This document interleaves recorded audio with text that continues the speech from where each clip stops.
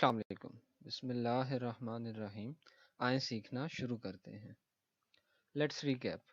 जैसा कि हमने देखा था, science the knowledge gained through observation and experimentation. Observation गौर करने से, मुशाहिदे और उसके बाद तजर्बे से हासिल होने वाला इल्म साइंस।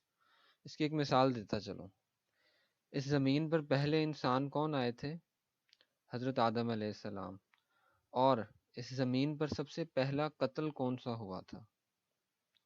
जी, सबसे पहला कत्ल काबिल ने हाबिल को कत्ल किया था। इसके बाद क्या हुआ कि वो उसकी लाश को उठाए फिरता रहा।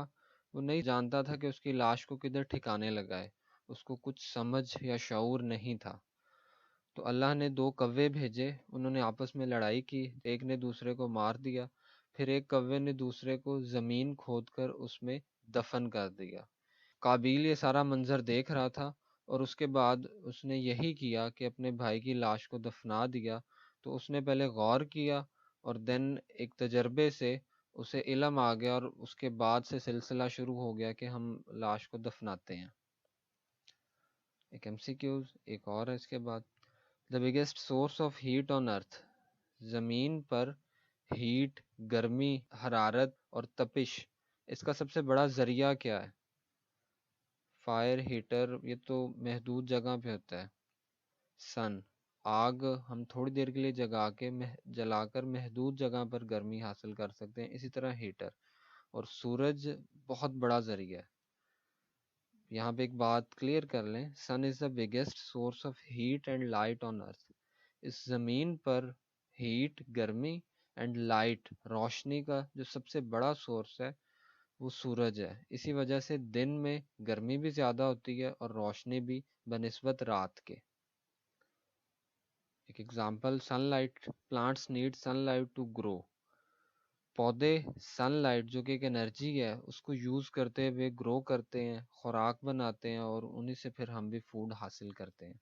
तो एनर्जी, सनलाइट और मैटर, प्लांट का एक इंटरेक्शन है जिसके नतीजे में कुछ हासिल होता है।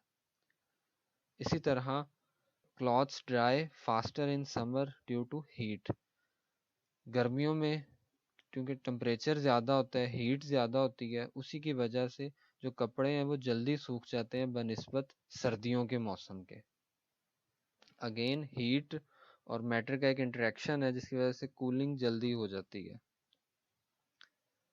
Which of these is matter? इनमें मैटर क्या है?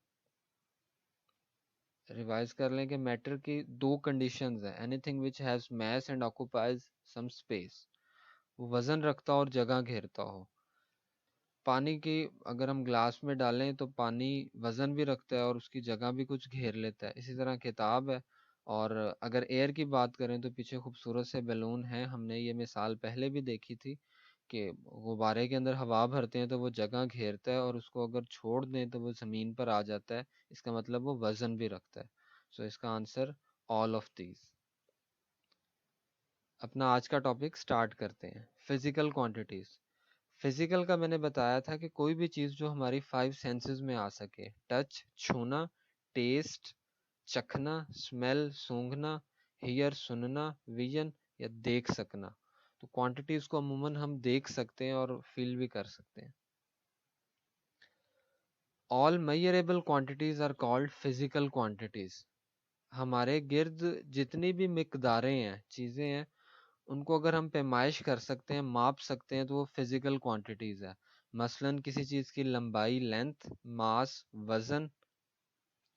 A physical quantity has two characteristics. Number one, numerical magnitude, and second is unit. Example 5 kg. कोई भी फिजिकल क्वांटिटी हम रोज़मर्रा अगर कोई मैयर भी करते हैं तो उसकी दो खसूसियात लाजमी हैं। उसमें कोई न्यूमेरिकल मैग्नीट्यूड होगा, कोई नंबर होगा जो उसकी मिकदार बताएगा, और साथ यूनिट कि उसका यूनिट क्या है। मिसाल के तौर पे 5 रुपए, 10 रुपए। इसमें जो 5 या 10 है वो न्यूमेरिकल वैल्यू है और रुपया है, डॉलर है, कौन सी करेंसी है, वो यूनिट है। इसी तरह 5 kg, 5 न्यूमेरिकल वैल्यू और kg उसका यूनिट। अब न्यूमेरिकल वैल्यू और यूनिट की एग्जांपल एक ले लें तो उस अगर यूनिट नहीं बताएंगे तो बात क्लियर नहीं होगी और उसके मुख्तलिफ मतलब हो सकते हैं। जैसे अब यहाँ पे मैंने ब्लैंक छोड़ दिया, यूनिट नहीं बताया। 100 शुगर, कोई कहेगा जी कि 100 शुगर लेकर आओ, तो उसकी क्या क्या पॉसिबिलिटीज हो सकती हैं। एक, 100 पार्टिकल्स ऑफ शुगर, कि यहाँ पे कोई 100 जर्रे उसके ले आए, यूनिट तो नहीं बताया, यूनिट एक पार्टिकल भी हो सकता है। अब यहाँ पे ये 100 से ज्यादा है लेकिन वजन 0 शो हो रहा है, इसकी वजह हम देखेंगे क्यों। हालांकि कुछ पार्टिकल्स हैं तो वजन तो होना चाहिए। Another example, 100 gram of sugar, अब यूनिट ग्राम भी हो सकता है तो मिकदार बढ़ गई। इसी तरह 100 स्पून, 100 चम्मच शुगर, ये भी यूनिट यूज होता है बताने के लिए, कन्वे करने के लिए। तो इसी तरह अगर 100 किलोग्राम ऑफ शुगर, तो खुलासा ये है कि हमने जब भी न्यूमेरिकल मैग्नीट्यूड देंगे साथ यूनिट बताना ज़रूरी है ताकि बात कन्वे हो जाए। हम अपना रोज़मर्रा के अंदर भी जब न्यूमेरिकल वैल्यू बताते हैं साथ यूनिट देते हैं तब बात कन्वे होती है, यार वो चीज़ इतनी मिकदार में ले आओ। अब इसी तरह लेंथ है कि लंबाई के अंदर भी 2 मीटर, 4 मीटर, इतने फुट हाइट है, और टाइम के अंदर भी 5 मिनट, 10 मिनट, घंटे। तो हमने देख लिया कि फिजिकल क्वांटिटीज, जो क्वांटिटी हम मैयर कर सकें, और उसके लिए ज़रूरी है कि उसके अंदर न्यूमेरिकल मैग्नीट्यूड भी होगा साथ यूनिट भी होगा। ये दोनों चीज़ें लाजिम है, वगरना बात कन्वे नहीं होगी।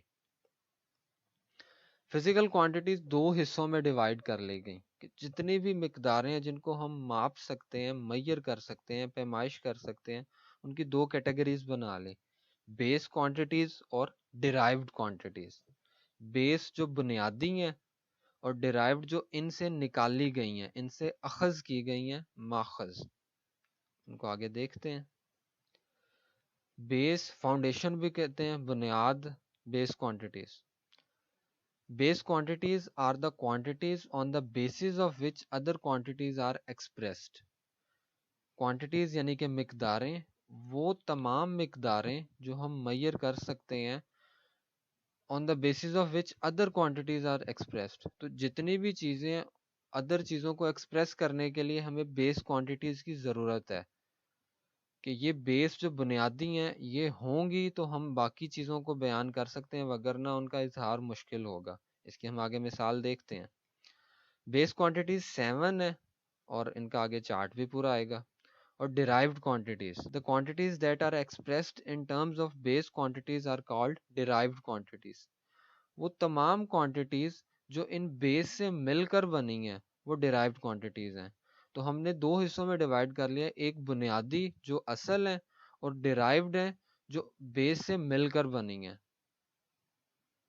अब आगे इनके एग्जांपल्स देख लेते हैं। फॉर डेफिनेशन दो से तीन एग्जांपल्स काफ़ी हैं, लेंथ, मास, टाइम, और इसी तरह डिराइव्ड क्वांटिटीज़ की एरिया, वॉल्यूम, स्पीड, और बहुत एग्जांपल्स हैं। बेस क्वांटिटीज सिर्फ 7 है और डिराइव्ड क्वांटिटीज इनफाइनाइट है, अनकाउंटेबल, बहुत ज़्यादा। बेस क्वांटिटीज, मेरे पास एक बॉक्स था, मैंने क्या किया, उसका मैस ले लिया। मैस चूंकि एक बेस क्वांटिटी है, और उसी तरह उसकी कुछ लेंथ्स भी मैयर की। अब इसके अंदर अगेन न्यूमेरिकल वैल्यू और साथ यूनिट है, तो बेस क्वांटिटी हो या डिराइव्ड क्वांटिटी हो, फिजिकल क्वांटिटी तो है ही है, ये बात कंफर्म है। अब उसकी मैंने डायमेंशंस मैयर कर ली, ये लेंथ 29 सेंटीमीटर, ये 25 सेंटीमीटर, ये 11 सेंटीमीटर।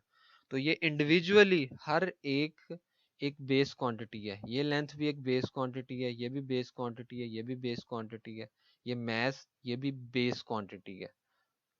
आप अपने गिर्द किसी चीज़ का वजन या पैमाइश करें, और इसी तरह टाइम की मेजरमेंट, 2 मिनट, 5 मिनट, वो बेस क्वांटिटी है। डिराइव्ड क्वांटिटीज यानी कि जो बेस से मिलकर बने, that are expressed in terms of base quantities. इसी बॉक्स के हम दो साइड्स ले लें, 29 सेंटीमीटर और 25, जो फ्रंट साइड ली है, उसकी दो डायमेंशंस को अगर हम मल्टीप्लाई कर देते हैं तो हमारे पास एरिया आ जाता है। किसी भी चीज़ की लेंथ को और विड्थ को दो डायमेंशंस को मल्टीप्लाई करें तो एरिया आ जाएगा। ये एक डिराइव्ड क्वांटिटी है। तो दो बेस क्वांटिटीज को मल्टीप्लाई किया तो एक डिराइव्ड क्वांटिटी बन गई। इसी तरह अगर इसका हम वॉल्यूम फाइंड करें, वॉल्यूम के अंदर तीनों साइड्स को मल्टीप्लाई करेंगे, 29 सेंटीमीटर, 25 और 11, लेंथ, विड्थ, हाइट, तीनों डायमेंशंस को अगर किसी चीज़ की मल्टीप्लाई करेंगे तो उसका वॉल्यूम मिल जाएगा। तो ये वॉल्यूम एक डिराइव्ड क्वांटिटी है। हमने 3 बेस क्वांटिटीज को मल्टीप्लाई किया तो हमारे पास एक डिराइव्ड क्वांटिटी बन गई। और इसी तरह बहुत सारे रिलेशंस हैं कि हम बेस से डिराइव्ड क्वांटिटीज बना सकते हैं, और इन द कमिंग चैप्टर्स आप बहुत सारी डिराइव्ड क्वांटिटीज देखेंगे भी। अनदर एग्जांपल, एक पेज था वो मैंने लिया, उसकी दोनों डायमेंशंस मेजर कर ली कि ये जो उसकी विड्थ है 20 सेंटीमीटर, उसकी ये लेंथ 30 सेंटीमीटर। तो ये इंडिविजुअल, अगर मैं लेंथ की बात करूं तो उसकी जो लेंथ है ये बेस क्वांटिटी है, और मल्टीप्लाई करके जो मैंने एरिया बनाया है ये क्या है, डिराइव्ड क्वांटिटी है। अब क्वांटिटी हमने डिफाइन कर ली कि 7 बेस हैं और वो डिराइव्ड हैं। तो अब ज़रूरत आई कि यूनिट की, कि अगर लेन देन करना हो तो यूनिट क्या लेंगे, किस कैसे नाप तोल कर उसका हम लेन देन करेंगे। ये जो यूनिट्स हैं, किलोग्राम, लंबाई के लिए मीटर, किलोमीटर, और वजन के लिए किलोग्राम हो गया, और टाइम के लिए सेकंड वगैरह, ये तो अभी हैं, पहले ये यूनिट्स नहीं थे। पहले फॉर एग्जांपल अगर मैथ्स का लेन देन करना है तो सिंपली ये होता था कि अगर किसी ने गंदम देनी है तो वो मुट्ठी भर के गंदम दे दी, किसी ने चावल लेने हैं तो वो इसी तरह लेन देन कर दिया। तो कोई फिक्स्ड मैथ्स नहीं था, कोई स्टैंडर्ड नहीं था कि जिससे कंपेयर किया जा सके।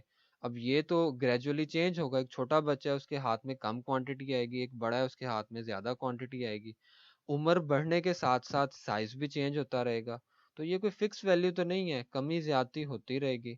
ये जिसी तरह हाथों का फर्क है, तो बराबरी करना मुख्तलिफ था। मसाइल आ रहे थे कि लेन देन के अंदर लेन देन हो नहीं पा रहा था। इसी तरह लेंथ के साथ है कि पहले नापने के लिए बालिश्त, अब जिस तरह कपड़ा नापने की मिसाल है, तो बालिश्त में इस तरह नापा जाता था, इसको पंजाबी में गिठ भी कहते हैं। या नापने के लिए कि इस तरह कंधे के साथ लगा के उसको मेजर कर लिया। अब इसमें अगेन कोई एक फिक्स वैल्यू नहीं है, उम्र के साथ साथ हाथ या कंधे का साइज कम ज्यादा होता जाएगा। तो मसाइल आ रहे थे, लेन देन के अंदर मुश्किलें हो रही थी। कहीं जाते थे तो स्टैंडर्ड कुछ था, कोई कहता था कि मैंने गिठ में नाप के देना है, कोई कहता कि मैंने कंधे के साथ लगा के नाप के देना है। और इसी तरह क्वालिटी का भी फर्क है, तो लेन देन में मुश्किलात हो रही थी। इसी तरह टाइम को मेजर करने में मुश्किलात थी, कोई स्टैंडर्ड नहीं था। सूरज को स्टैंडर्ड बनाया जाता था, लेकिन अब सूरज आजकल गर्मियों में 5 बजे निकल आता है और सर्दियों में 6 से 7 बजे निकलता है। तो अगर बताना हो कि ट्रेन कितने बजे आएगी तो क्या बताएं। इसी तरह और ग्लास यूज होता था, इसमें रेत भरी होती थी, इससे एक वक्त का अंदाजा लगाया जाता था। लेकिन कोई फिक्स स्टैंडर्ड नहीं था, जिस तरह आज 24 घंटे का एक दिन है और हम वो सारा डिसाइड कर लेते।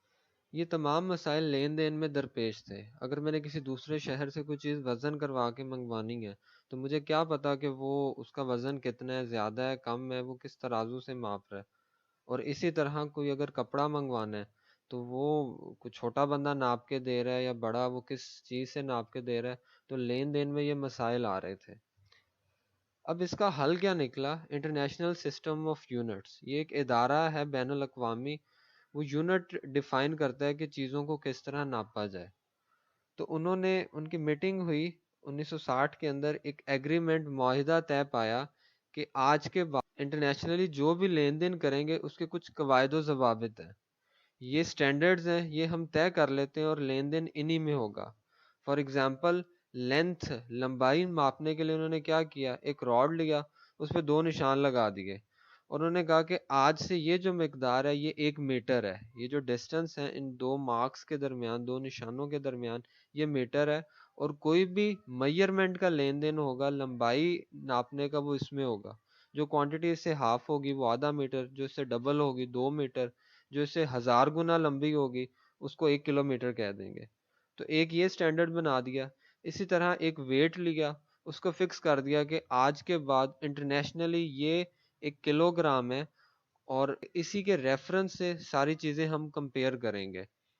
जो इससे डबल होगा वो 2 किलो का, जो इससे हाफ वो ½ किलो, जो इससे फोर्थ क्वार्टर कम है उसको हम पाव कह देते हैं, 250 ग्राम। तो स्टैंडर्ड बना दिया और उसको हर तरफ मशहूर कर दिया कि ये नापने हैं। तो इस तरह फिर लेन देन वर्ल्ड वाइड ईजी हो गया। ये स्टैंडर्ड उन्होंने अपने पास स्टोर कर ली और इन्हीं की कॉपियां बनाकर, इतने लेंथ के रॉड्स और मैस बनाकर उन्होंने पूरी दुनिया के अंदर फैला दिए ताकि लेन देन आइंदा से इनमें हुआ करे। The unit that describe base quantities are called base units. तो ये जितने भी यूनिट है जो इन बेस क्वांटिटीज को डिस्क्राइब करते हैं, मेजर करवाते हैं, वो बेस यूनिट्स हैं। टाइम के लिए उन्होंने डिसाइड कर लिया कि एक दिन 24 घंटे का है, एक घंटे के अंदर 60 मिनट और एक मिनट के अंदर 60 सेकंड है। इसी तरह फिर derived units, the unit that describe derived quantities are called derived units. वो यूनिट जो माखज मिकदारें डिराइव्ड जो बेस से मिलकर बनी है उनको डिफाइन करते हैं, वो डिराइव्ड यूनिट्स हैं। और इसमें भी एक चार्ट है, हमने पीछे बात की एरिया और वॉल्यूम की, उनके भी 7 यूनिट गिवन थे। इसी तरह स्पीड उसका यूनिट, और ये सारे फार्मूले आपके कमिंग चैप्टर्स में आएंगे, तो फार्मूले और यूनिट इन डिटेल आप देखेंगे। प्रीफिक्सेस, प्री का मतलब पहले, फिक्सेस फिक्स कर दो, लगा दो। प्रीफिक्सेस आर द वर्ड्स और letters added before SI units. SI unit system international units जो भी हमने देखे हैं, बेस यूनिट्स और डिराइव्ड यूनिट्स, ये वर्ड्स भी हो सकते हैं जिस तरह ये वर्ड्स हैं, और लेटर भी हो सकते हैं। इनको ऐड करने का मकसद क्या है? Prefixes are useful to express very large और स्मॉल क्वांटिटीज। अगर कोई क्वांटिटी बहुत बड़ी है उसको, और या बहुत छोटी है, दोनों को एक माकूल अंदाज में जाहिर करने के लिए, कि एक सेंसिबल वे के अंदर एक्सप्रेस करने के लिए हम प्रीफिक्सेस यूज कर देते हैं। फॉर एग्जांपल, आटे का जो अमूमन थैला 20 किलो का होता है, हम कहते हैं 20 किलो का है। अगर इसमें जो के है, किलो, ये प्रीफिक्स है, इसके बगैर हम कहा जाए तो ये वेरी लार्ज क्वांटिटी है, 20,000 ग्राम। मैं आपको कहूँ जी कि मैं 20,000 ग्राम का थैला लेकर आया हूँ आटे का, तो आप थोड़ा सा हैरान हो जाएंगे, ये कौन सी क्वांटिटी है।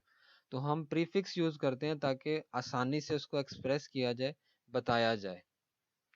अनदर एग्जांपल के आप वेट करते हैं चीज़ों का, तो उस पर लिखा हुआ आता है, जो इलेक्ट्रिकल बैलेंस होता है 500 ग्राम, लेकिन हम कहते हैं कि ये आधा किलो ले आओ, तो वो अब के अगेन प्रीफिक्स है।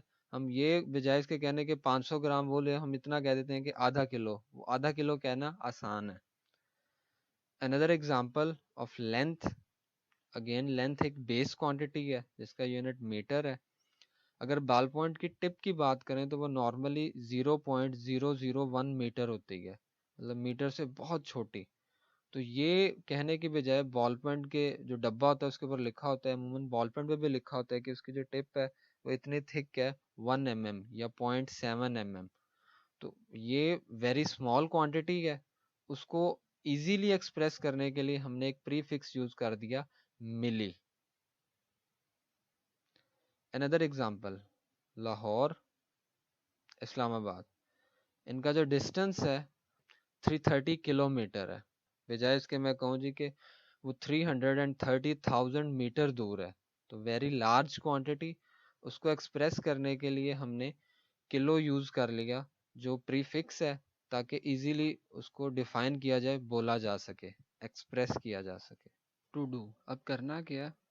ये सारा सीखने के बाद अब आपका जाविया नज़र बदल जाएगा। आपके कैसे? ऑब्जर्व फिजिकल क्वांटिटीज़, आपको अपने गिर्द फिजिकल क्वांटिटीज़ नज़र आनी चाहिए। फॉर एग्जांपल, कोई चीज़ लेते हैं या देते हैं, लेन देन के दौरान आप बाज़ार से कोई भी चीज़ ख़रीदने जाते हैं तो वो मैयर करके चीज़ दी जाती है, ऐसे ही नहीं बगैर मैयरमेंट के। तो उसको ऑब्जर्व करें कि वो फिज़िकल क्वांटिटी है, उसकी न्यूमेरिकल वैल्यू क्या है, यूनिट क्या है, और देन फर्दर के वो बेस है या डिराइव्ड है, और अगेन नेक्स्ट कि उसमें कोई प्रीफिक्स यूज़ होता है कि नहीं। अपने घर में कोई भी ऑब्जेक्ट लें, कोई बॉक्स, या जिस तरह एक बॉक्स है, उसकी लेंथ मेजर करें, लेंथ बेस क्वांटिटी है, और फिर देन 2 डायमेंशंस लेकर लेंथ और विड्थ मल्टीप्लाई करेंगे तो उसका एरिया आ जाएगा। अपने गिर्द आप ऑब्जर्व करते हैं, कोई चीज़ तोल कर लेते हैं, मैस वो एक बेस क्वांटिटी है। आपने मैस लिया, 2 किलो कोई चीज़ ली, तो आपने पहले देखा जी कि मेजर किया है, ये फिजिकल क्वांटिटी है। देन बेस है, डिराइव्ड है, आपने चेक किया कि 7 बेस में से है मैथ्स, तो ये बेस क्वांटिटी है। फर्दर उसमें एक और चीज़, इसमें कोई प्रीफिक्स है कि नहीं। आपको पता है कि किलो प्रीफिक्स है, उसमें प्रीफिक्स भी यूज़ हुआ है।